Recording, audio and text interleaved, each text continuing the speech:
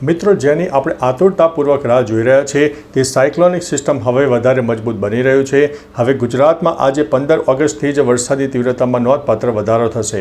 નમસ્કાર મિત્રો, આપની સાથે હું છું પિનલગીરી ગોસ્વામી।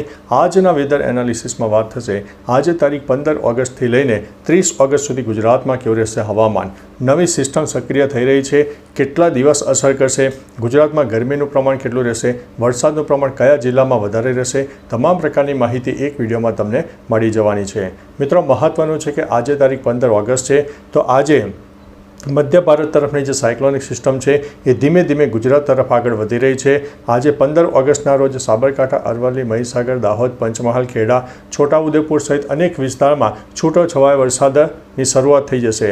મહત્વનું છે કે આ સિસ્ટમ આગામી 24 થી 48 કલાકમાં વધારે મજબૂત થશે, જેમાં ઉત્તર ગુજરાત, મધ્ય ગુજરાત અને દક્ષિણ ગુજરાતના અનેક વિસ્તારને આવરી લેશે અને કોઈ વિસ્તારમાં તો ભારે વરસાદ પણ આપે તેવી સંભાવના છે।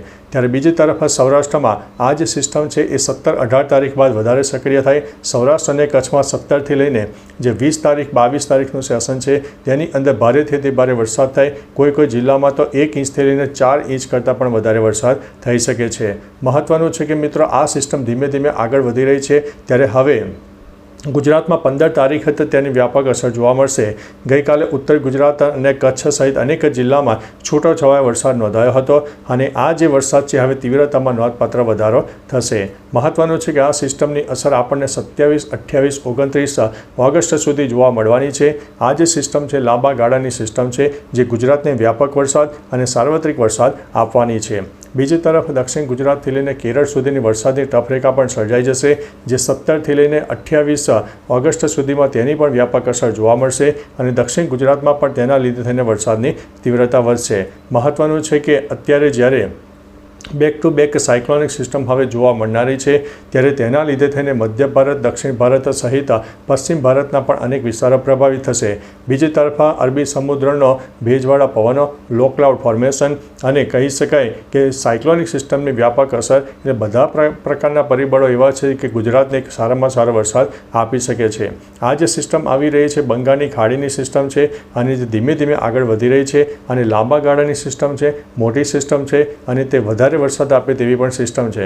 બીજી તરફ ગુજરાતમાં અત્યારે જ્યારે એવરેજ વરસાદનું પ્રમાણ 63%થી વધુ ચાલ્યું ગયું છે અને અત્યારે એ વરસાદનું પ્રમાણ સ્ટોપેજ થઈ ગયું છે।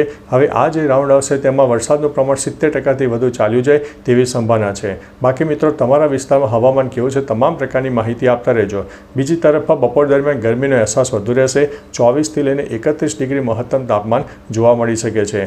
પવનનું પ્રમાણ દરિયાઈ પટ્ટી વિસ્તારમાં થોડું વધુ રહી શકે છે। ભેજ અને કહી શકાય કે ક્લાઉડ ફોર્મેશનના કારણે થોડો બફારાનો અહેસાસ થશે, પરંતુ મોડી રાત્રે અને વહેલી સવારે સામાન્ય ઠંડકવાળા પવનો પણ જોવા મળશે, જેમાં ગરમીમાં આપણને આંશિક રાહત મળી શકે છે। બાકી મિત્રો તમારા વિસ્તારમાં વરસાદનું પ્રમાણ કેવું છે, તાપ, તડકો, ઉઘાડ હોય, બફારાનું પ્રમાણ કેવું છે, તમામ પ્રકારની માહિતી નીચે કમેન્ટમાં જિલ્લાઓ સાથે, ગામ અને શહેરના નામ સાથે આપજો, જેથી અન્ય મિત્રો પણ જાણી શકે। તો ચાલો મિત્રો ફરીથી દેશ અને દુનિયાના તાજા સમાચાર અને વરસાદની નવી આગાહી લઈને મળતા રહીશું। ત્યાં સુધી અમને રજા આપશો। નમસ્તે।